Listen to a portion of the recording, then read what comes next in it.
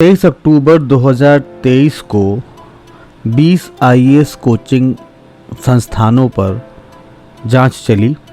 उन जांच में 4 आईएएस कोचिंग सेंटर्स पे 1-1 लाख का जुर्माना लगाया गया और बाकी बची 16 संस्थानों में जांच चल रही है। तो ये हुआ कैसे? देखिए, सेंट्रल कंज्यूमर प्रोटेक्शन अथॉरिटी जो है उसकी अपनी एक हेल्पलाइन है। उस हेल्पलाइन में कंप्लेंट्स आए और उस कंप्लेंट्स के आधार पर सीसीपीए ने एक एक्ट का इस्तेमाल किया। उस एक्ट का नाम है कंज्यूमर प्रोटेक्शन एक्ट 2019 और इसके सेक्शन 2 सब सेक्शन 28 के तहत इन्होंने इन 4 संस्थाओं पर 1-1 लाख का जुर्माना ठोका।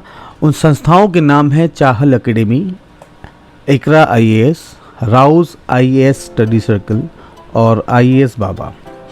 हालांकि आईएएस बाबा को कर्नाटक हाई कोर्ट से स्टे मिल गया है और बाकी जितने 16 संस्थान हैं जिसमें KSG Khan Study Group, FT Plus, Analog IAS, Shankar IAS, Byju's, Unacademy, Drishti, Shri Ram, Next, Yojana, Plutus, ALS और विजन आईएएस जैसे कुछ संस्थान हैं। इन पे जांच चल रही है, लेकिन इनको समय है अपनी पक्ष रखने का। तो हम देखते हैं कि सीसीपीए क्या है। इसको हम अगले स्लाइड पे देखेंगे।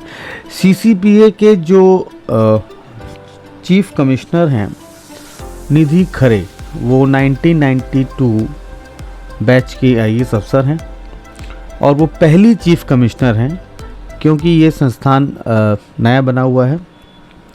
तो एक्चुअली शिकायत ये है कि कुछ संस्थाएं जो हैं कोचिंग की, वो प्रीलिम्स और मेंस देने के बाद कुछ बच्चे जो इंटरव्यूज़ के लिए मॉक इंटरव्यूज़ देते हैं और ये मॉक इंटरव्यूज़ जो है वो फ्री ऑफ कॉस्ट कराती है सब संस्थानें, जिससे उनका डेटा मिल जाए। और आरोप ये है और शिकायत ये है कि ये कोचिंग संस्थाएं मॉक इंटरव्यू के रिज़ल्ट के बेस पे, जैसे मॉक इंटरव्यू किसने दिया, भले ही उसने उस कोचिंग संस्थान में पढ़ाई नहीं की है, लेकिन उसकी फ़ोटो छाप देते हैं अगर वो आईएएस क्वालिफाई कर जाता है। तो इस शिकायत के चलते 20 संस्थानों पे जांच चल रही है, जिसमें 4 तो साबित हो गए हैं, 4 पे तो मुकदमा ठोक दिया गया है। तो ये न्यूज़ है 23 अक्टूबर की और ये हिंदू में छपी थी। हालांकि खान जो स्टडी सर्कल है उसने कहा कि हमारा डेटा सही है, लेकिन ये जांच के बाद डेटा सामने आ चुका है कि ये इन्होंने मिसलीड किया है लोगों को। तो अगर हम लब्बो लबाब देखें तो अक्टूबर 23 में सेंट्रल कंज्यूमर प्रोटेक्शन अथॉरिटी ने 20 कोचिंग संस्थाओं पे मिसलीडिंग क्लेम को पाया उनके विज्ञापनों में। जो टॉप रैंकर्स हैं उनके नाम और फोटो को उन्होंने अपने विज्ञापन पे छापा।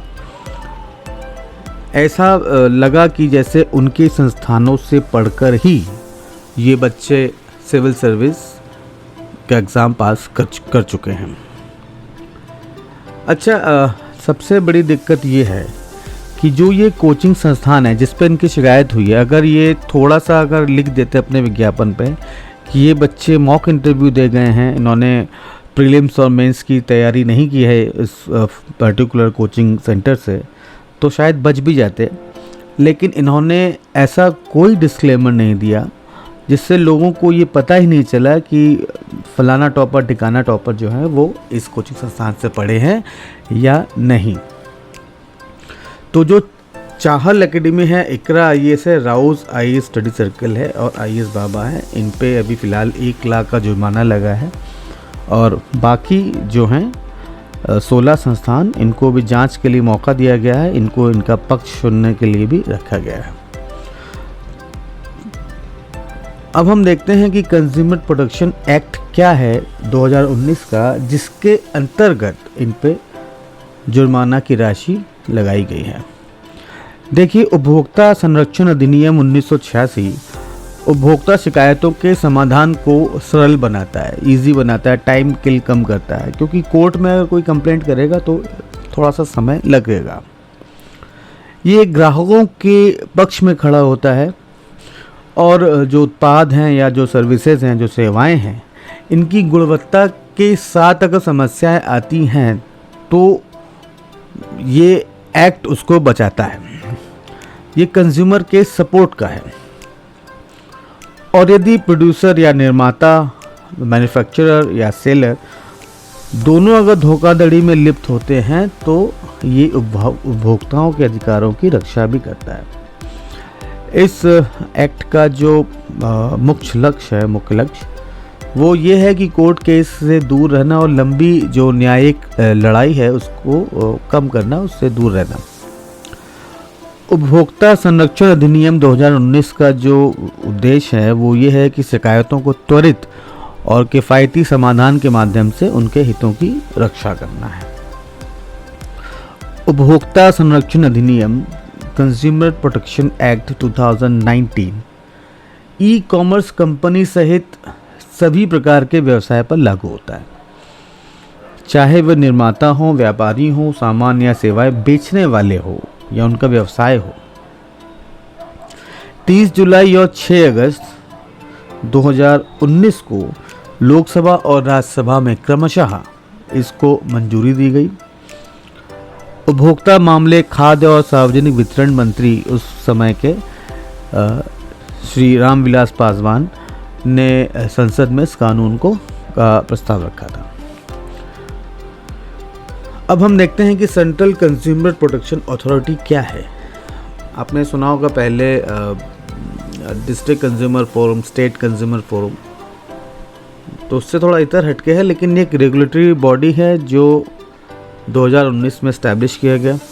2019 के CPA एक्ट के अंदर इसकी बॉडी इस्टेब्लिश की गई और इसका जो काम था, एक अथॉरिटी का काम था कि समय समय पर जांच करना और जांच के बाद इस एक्ट का इस्तेमाल करके अगर कोई भ्रामक विज्ञापन देता है या कोई पब्लिक इंटरेस्ट के साथ छेड़छाड़ करता है या ऐसी कोई वस्तु प्रमोट करता है जो विश्वास करने योग्य नहीं है लेकिन एडवर्टाइजमेंट में आता है, तो उसको एक इफ़ेक्टिव गाइडलाइन के थ्रू, एक इफ़ेक्टिव रूल्स के थ्रू कंज्यूमरों के हितों की रक्षा की जाए।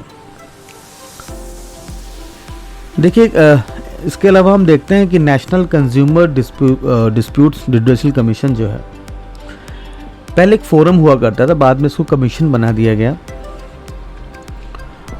ये कंज्यूमर प्रोटेक्शन एक्ट 1986 के अंतर्गत बनाया गया था। इस कमीशन को जो रिटायर्ड जज होते हैं सुप्रीम कोर्ट के, वो लीड करते हैं। वर्तमान में आज की तारीख में नवंबर का महीना चल रहा है, honourable mister justice Amreshwar Pratap Shahi जिसके प्रेसिडेंट हैं। सेक्शन 21 जो कंज्यूमर प्रोटेक्शन एक्ट 1986 का है, उसके पास ये राइट्स है, ये जुडिक्शन रहता है कि जो 2 करोड़ के ऊपर जो भी कंप्लेंट हैं, जो वैल्यूज़ हैं, जैसे मान लीजिए कोई एक प्रोडक्ट है जिसकी कीमत 2 करोड़ से ऊपर है और उसके साथ भ्रामक विज्ञापन हो या किसी भी कारण से अगर उसके साथ चीटिंग हुई है तो वो अपील कर सकता है। इसके अलावा उसके जो छोटे वैल्यूज़ के हैं वो स्टेट कमीशंस बनाए गए हैं और डिस्ट्रिक्ट फोरम भी बनाए गए हैं। डिस्ट्रिक्ट फोरम का नाम भी अब बदल गया है, पहले डिस्ट्रिक्ट कंज्यूमर फोरम हुआ करता था, अब डिस्ट्रिक्ट कंज्यूमर डिस्प्यूट रिड्यूसल कमीशन हो गया है। अब देखिए, अगर 50 लाख तक का कोई जुर्माना लगाना हो या कोई मुकदमा, जुर्माना नहीं मतलब कोई सामान की वैल्यू हो, कोई सर्विस की वैल्यू हो, तो जो कंसर्निंग जो एप्लीकेंट है वो DCDRC में कंप्लेंट करेगा। अब 50 लाख से अगर 2 करोड़ तक के बीच की वैल्यू का अगर उसके साथ चीटिंग हुई है तो वो स्टेट के रिड्यूसल कमीशन में शिकायत करेगा और अगर 2 करोड़ के ऊपर है तो वो NCDRC में जाएगा।